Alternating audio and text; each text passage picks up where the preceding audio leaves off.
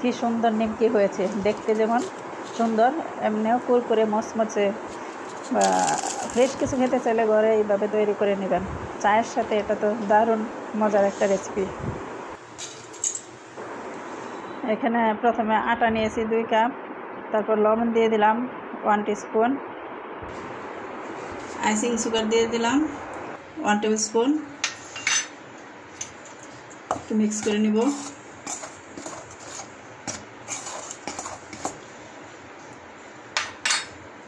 এখন আমি তেল দিয়ে দিচ্ছি 3 টেবিল স্পুন।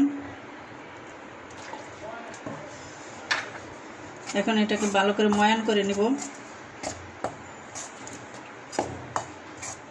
ভালো করে ময়ান করে নিতে হবে, সব কিছু যাতে ভালো করে মিক্স হয়। এই যে এরকম দলা পাকায় যাতে আসে। এখন আমি পানি দিব, নর্মাল পানি।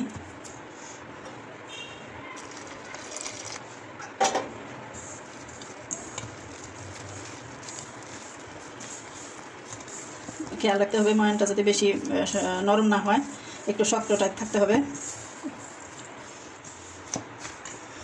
ডোটা তো গোলানো হয়ে গেছে, এখন আমি ডেকে রাখবো।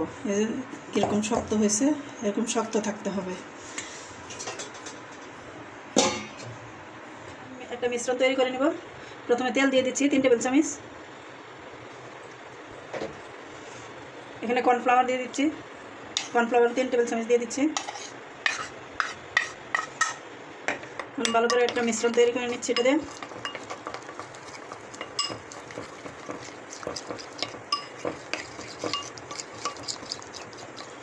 যে মিশ্রণটা তৈরি হয়ে গেছে। 10 মিনিট রেস্টে থাকার পর একটু নরম হয়ে আসছে। এটা আমি নামাই নেব, আর একটু ডলে নিব এটা।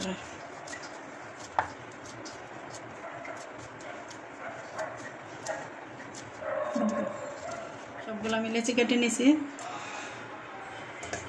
এখন আমি রুটি তৈরি করে নেব প্রত্যেকটা।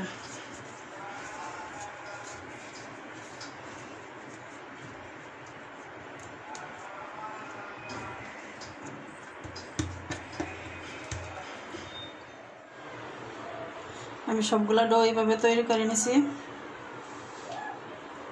এখন আমি রুটি বেলতে চলে যাব।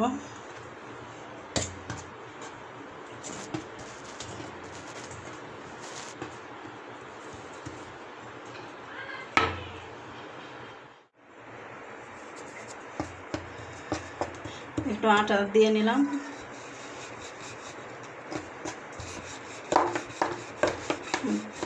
রুটিগুলো সবগুলো বেলে নিব সুন্দর করে।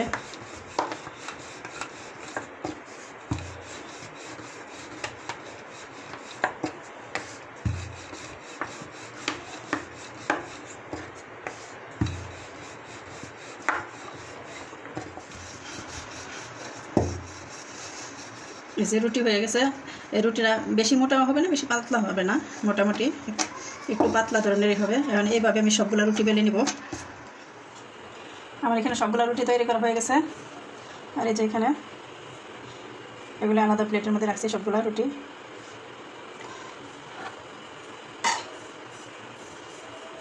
এখন আমি এই রুটিগুলোর মধ্যে এই যে সেই মিশ্রণটা বানিয়ে রাখছিলাম কর্নফ্লাওয়ারের, এখন এটা দিব।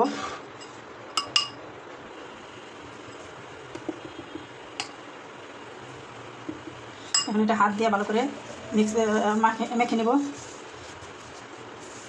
ভালো করে মাখতে হবে।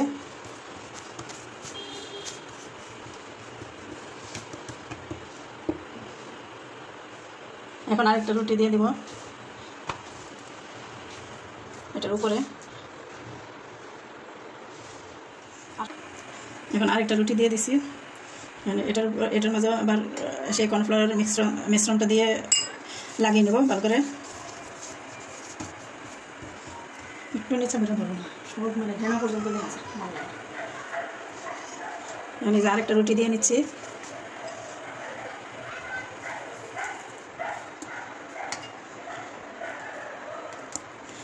এরকম করে আমি 4টা লেয়ার দিব।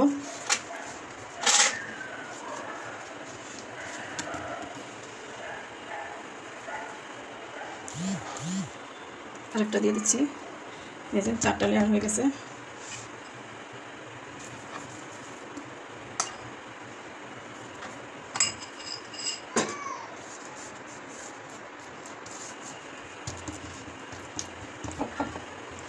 এখন এটা আমি একটা বাস দিয়ে নিব এভাবে। এই বাসের উপরে আবার দিতে হবে মিশ্রণটা। এখন এটা আরেকটা বাস দিব। এখানে একটু মিশ্রণ দিয়ে নিচ্ছি।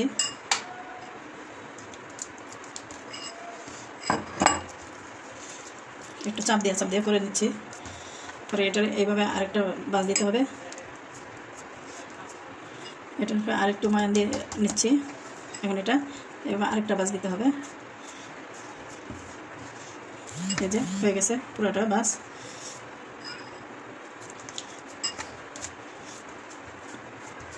আমি বেলে নিব এভাবে।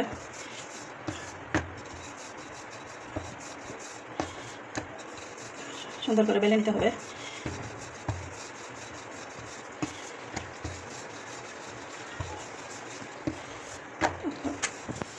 এই তো রুটিটা বেলা হয়ে গেছে।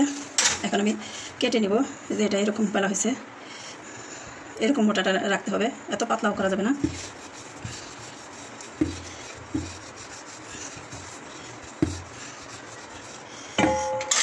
এখন আমি এটা কেটে নিব।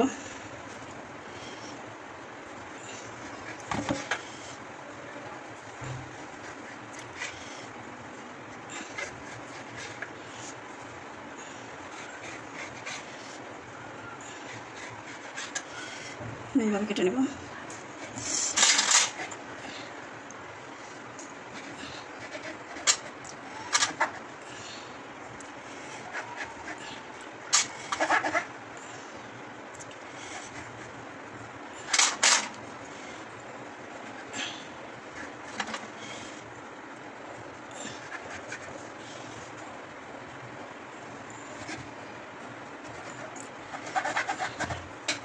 এই তো হয়ে গেছে সবগুলো।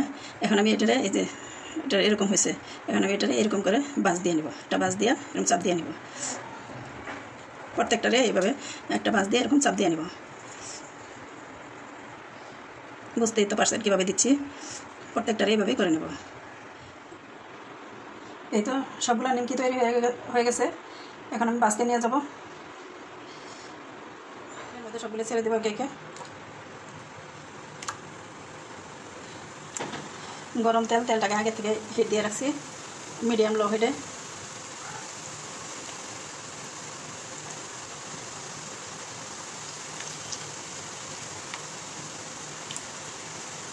আমি একটা করে দিচ্ছি, সবগুলো একসাথে ঢেলে দেওয়া যায়।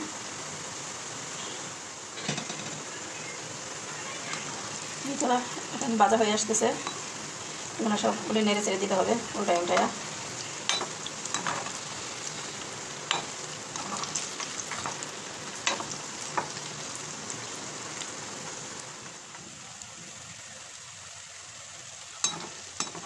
এই তো সবগুলো নিমকি ভালো হয়ে গেছে ভালো করে। এখন সব তুলে নিব। এই নিমকিটা এত মজা হয় চায়ের সাথে খেতে, বিশেষ করে। তুলে নেব সবগুলো। এই তো হয়ে গেছে নিমকি। বাজার থেকে চড়া দামে না কিনে ঘরে এরকম মজার মজার রেসিপিগুলি তৈরি করে নিতে পারেন। চায়ের সাথে খেয়ে তো সেই মজা। দেখেন কি মচমচে হয়েছে জিনিসটা। রেসিপিটা ভালো লাগলে একটা লাইক কমেন্ট ও একটা শেয়ার দিয়ে দেবেন। আর বেল বাটনটা অন করে রাখবেন। রেসিপি আপলোড হওয়ার সাথে সাথে আপনার কাছে নোটিফিকেশন পৌঁছে যাবে। ইনশাল্লাহ আবার দেখা হবে।